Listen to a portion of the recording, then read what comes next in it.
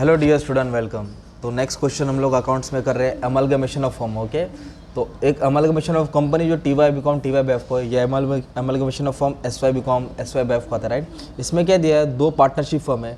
एक आर्या कंपनी है जो इसमें ए बी पार्टनर है, एक सूर्या है जिसमें सी डी पार्टनर है। अमलगमेशन का मतलब होता है दो अलग अलग पार्टनरशिप फर्म था, वो जॉइंट हो गया। क्या हो गया? जॉइंट। तो फिर इसमें ना दोनों का कंडीशन दिया है। आर्य ब्रॉस का क्या क्या एसेट लेके गया, सूर्य का क्या क्या एसेट का हिसाब किताब हो गया। तो अपनों को हिसाब किताब बनाना पड़ेगा। हिसाब किताब मतलब अपनों को परचेस कंसिडरेशन बनाना पड़ेगा।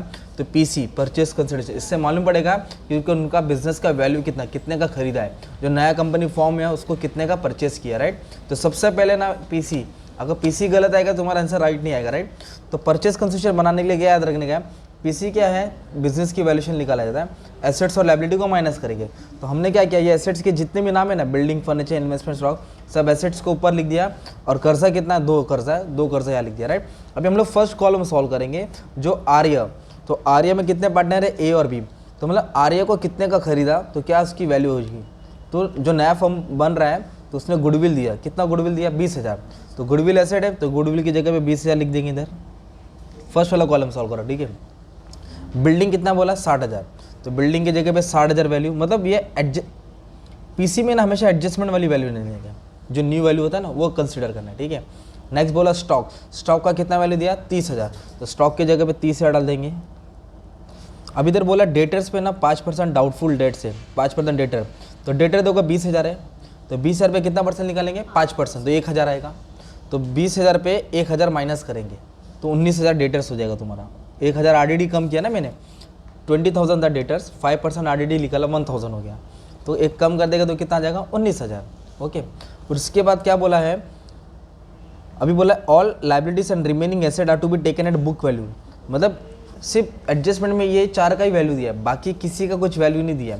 तो बाकी के लिए कौन सा वैल्यू लेंगे, बुक वैल्यू। बुक वैल्यू मतलब एसेट्स की वैल्यू। तो बिल्डिंग तो हो गया, फर्नीचर कितना इधर देखो 6,000, तो फर्नीचर की जगह पे 6,000 लिखेंगे। और इन्वेस्टमेंट कितना इधर 30,000, तो इन्वेस्टमेंट की जगह पे कितना आ जाएगा 30,000। और कैश रोकड़ा कितना था 10,000। ये हो गया एसेट्स का वैल्यू।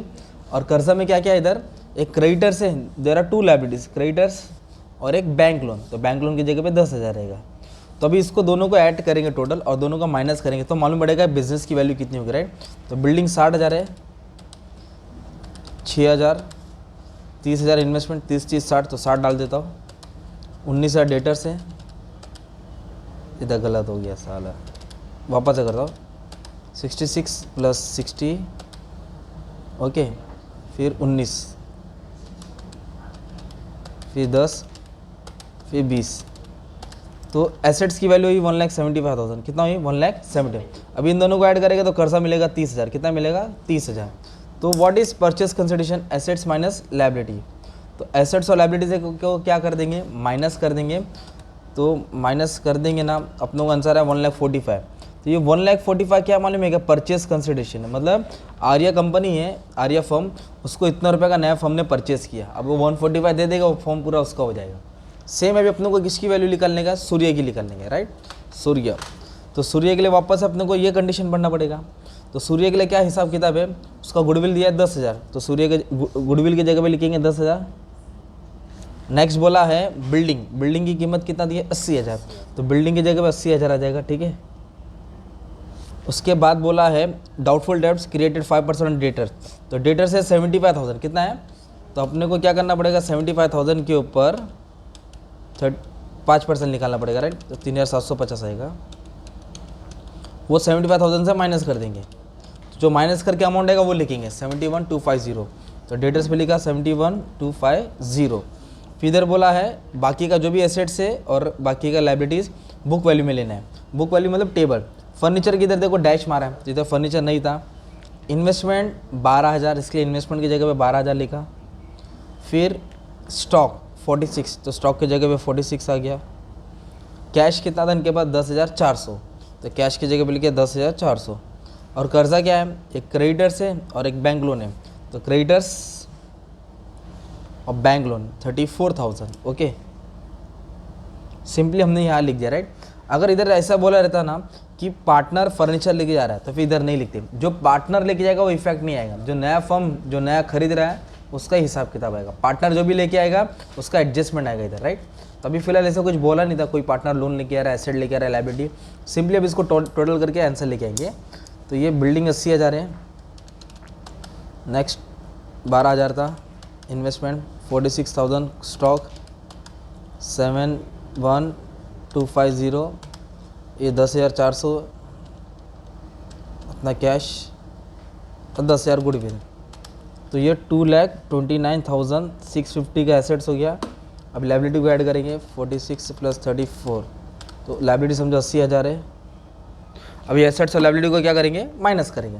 तो एसेट्स कितना 2,29,650, उसको माइनस करेंगे 80,000 से, तो मिलेगा 1,49,650।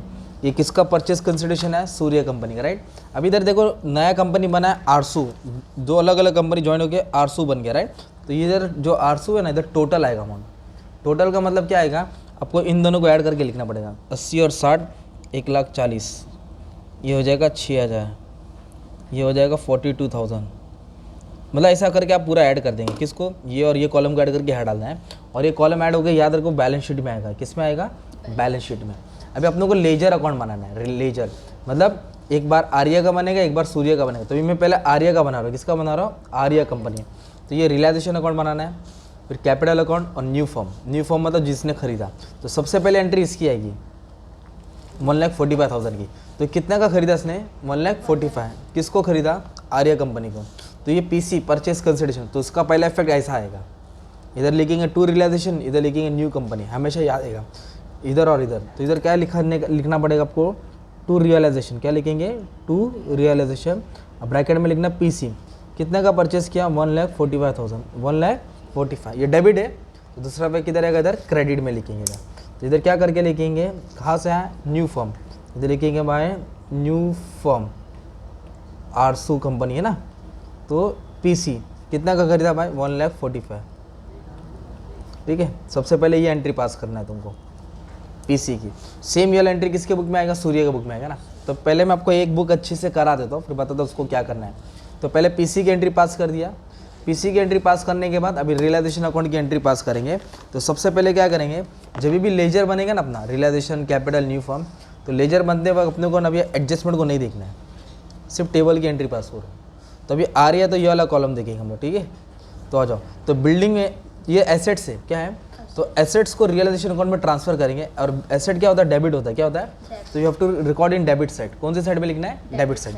तो बिल्डिंग का वैल्यू कितना दिया, 20,000, तो बिल्डिंग की जगह पे 20,000 डाल दिया। फर्नीचर कितना दिया है, 6,000, तो फर्नीचर की जगह पे 6,000 फटाफट कॉपी कर देंगे ना एसेट में, debit side. Investment 30,000, debtors, stock इधर दिया स्टॉक 34,000, फिर डेटर्स 20,000, उनके पास कैश है 10,000। अब इसको टोटल ऐड करके भाड़ा लूँगा तो 1,20,000 आएगा, 1,20,000। ये एसेट्स हो गया, राइट। वो जैसे एसेट्स को डेबिट में पास किया वैसे लायबिलिटीज को क्रेडिट में पास कर रही है। तो लायबिलिटीज दो है, देखो, क्रेडिटर्स और बैंक लोन। क्रेडिटर्स कितना दिया है, 20,000, और बैंक लोन कितना दिया है, 10,000। क्रेडिटर और बैंक लोन, तो इसको टोटल ले लिया 30,000 आया। कितना आया, 30,000। फिर एडजस्टमेंट में कुछ बोला है कि पार्टनर एसेट लेके गया है या पार्टनर लोन लेके गया है। अगर पार्टनर एसेट लेके गया रहता तो उसका इफेक्ट ऐसा आता, यहाँ और यहाँ था, पार्टनर का नाम आता, पार्टनर के कॉलम में था। कर्जा लेके गया तो यहाँ आता, यहाँ से यहाँ। एसेट लेके गया तो इधर आएगा, कर्जा लेके गया तो आएगा। फिलहाल कुछ नहीं दिया है, छोड़ दो, मैं बाकी समय हेल्प कर दिया था। अब इसमें ये बाकी है कैपिटल अकाउंट। तो कैपिटल अकाउंट को लिखेंगे बाय बैलेंस ब्रॉट डाउन। क्या लिखेंगे, बाय बैलेंस ब्रॉट डाउन। तो अपन ए और बी का बना है 60 और 30, तो इधर आएगा 60,000, इधर आएगा 30,000। ओके, 60,000 और 30,000। अगर टेबल में कोई जनरल रिजर्व रहता तो इन लोग को आपस में बांटते हैं ना, रिजर्व फंड को बांटते हैं, पर ये सब दिया नहीं है इसलिए हम लोग ने बांटे नहीं, ठीक है, तो छोड़ दो। अभी कर्जा तो यहाँ लिख दिया हमने।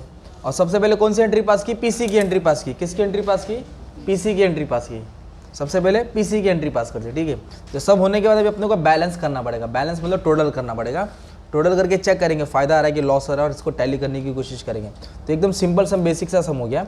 अभी ये क्या है, ये क्रेडिट है 1,45,000 प्लस 30, ये 175 या 120। तो श्रेया कौन सा ज़्यादा है दोनों में, 175।